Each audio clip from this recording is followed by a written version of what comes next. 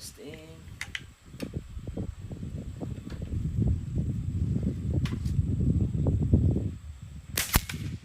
Tumama sa papel.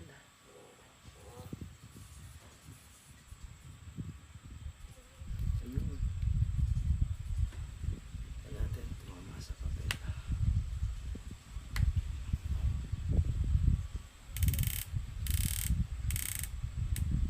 Nasa gitna mismo nung bilog nung ano, ng papel.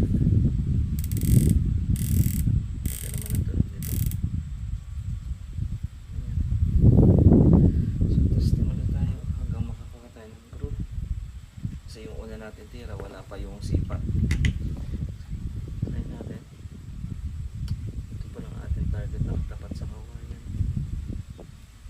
Mga madamage ng madamage ang kawayan. Lakas ang hangin.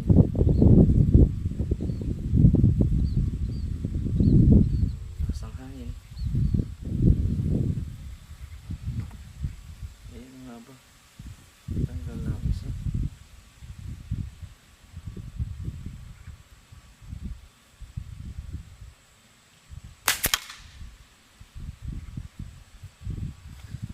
Malakas ang hangin. So medyo ibaba siya. Based dun sa bintana, medyo mababa.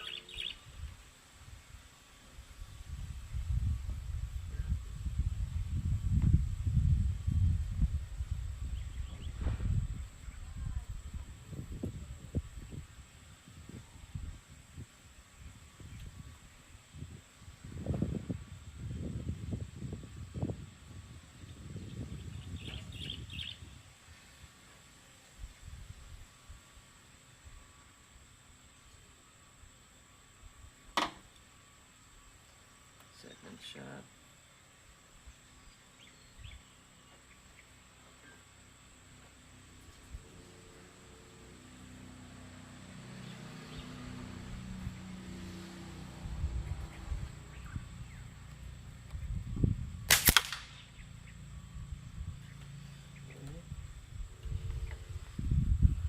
Medyo kalawan naman siya ngayon.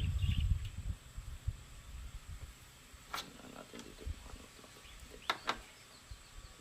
Isa pa.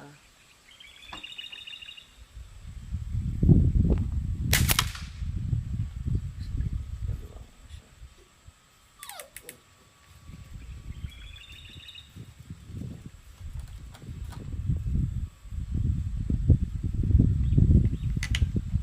Basta tayo sa mas maliit. Lalim na lang. Isa pa. Tingnan natin yung bullet.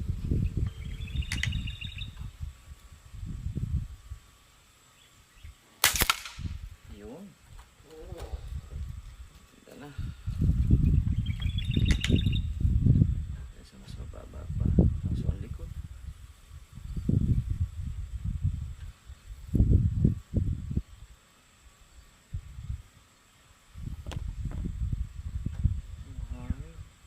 Yun dahil sa bottom. Ayan.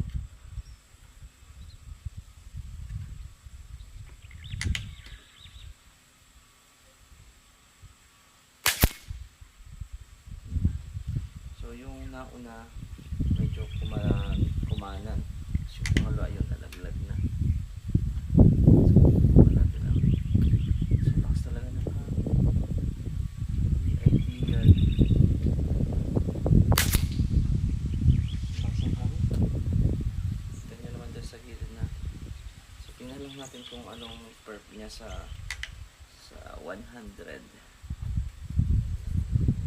So yung ating mga bakal doon wala pang tama.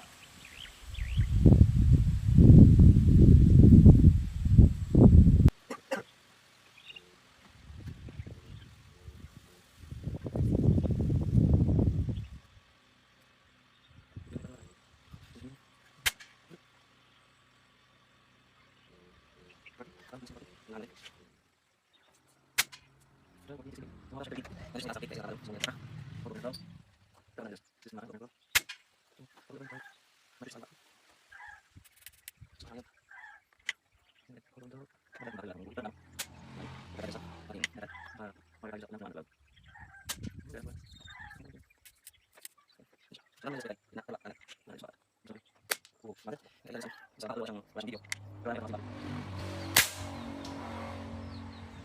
pakita ko sa isa.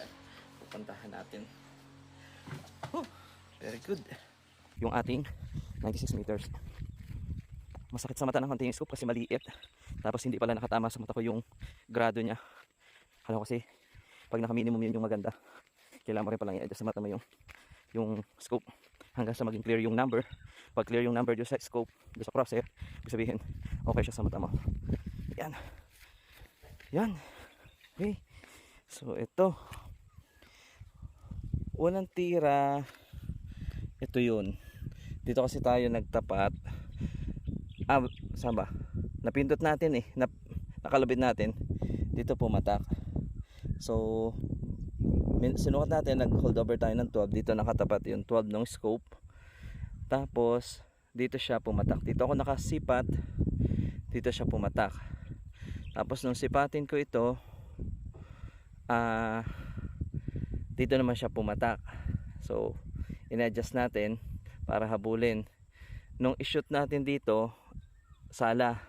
So pag check natin dito ulit, pinutukan natin sa target na to, dito bumagsak, pihit tayo, then nag-try na tayo.